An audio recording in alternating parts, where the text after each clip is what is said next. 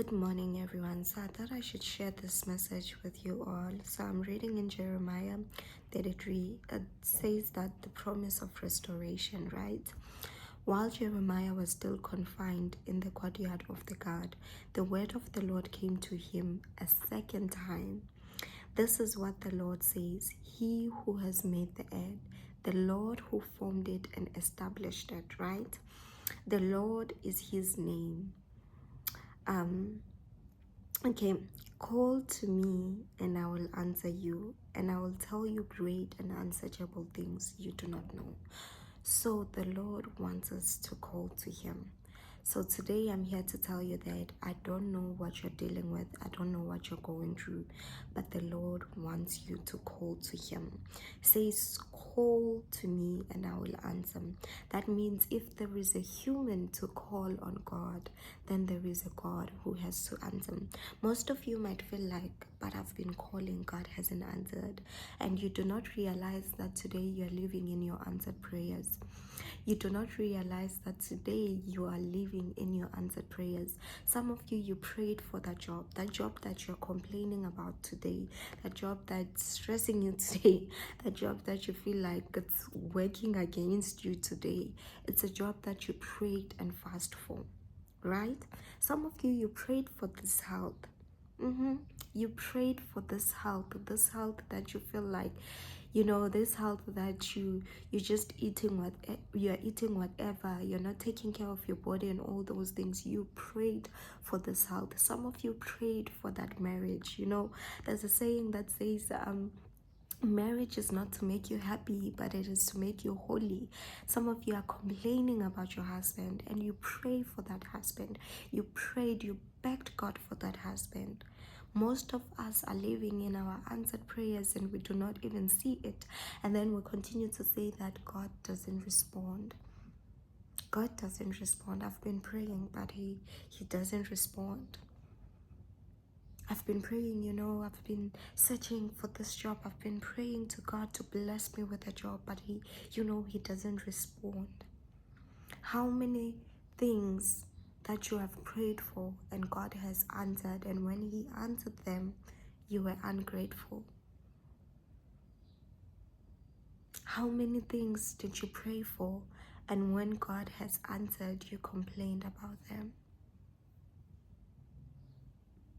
I myself too, there are things that God has blessed me with that I've been praying for.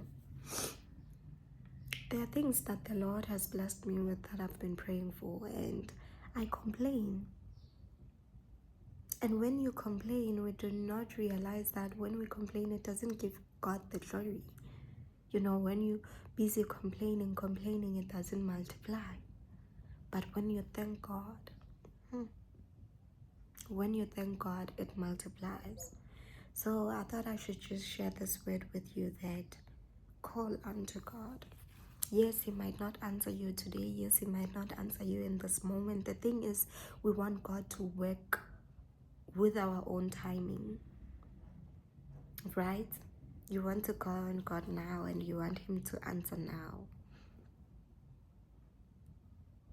Yeah, you want him to answer now. But he is king. My hand is shaking. He is the king. You understand? You understand that God is the king. He doesn't have to dance to your tune.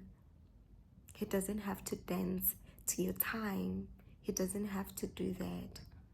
So he says, call to me and I will answer you. And he doesn't end there. He says, I will tell you great and unsearchable things you do not know. There are things that you do not know about your life that God is waiting for you to call unto him. Right? He's waiting for you to call and say, Lord, there's something I don't understand here about my finances. There's something I don't understand about my ministry. There's something I don't understand about my health. There's something I don't understand about my marriage. There is something, Lord, that I do not understand, but I need you. I need you to show me the way. I need you to show me the strategy for my business. Maybe you're not getting that job because you are not meant to work for somebody. Have you thought about that? Maybe you're good with your hands.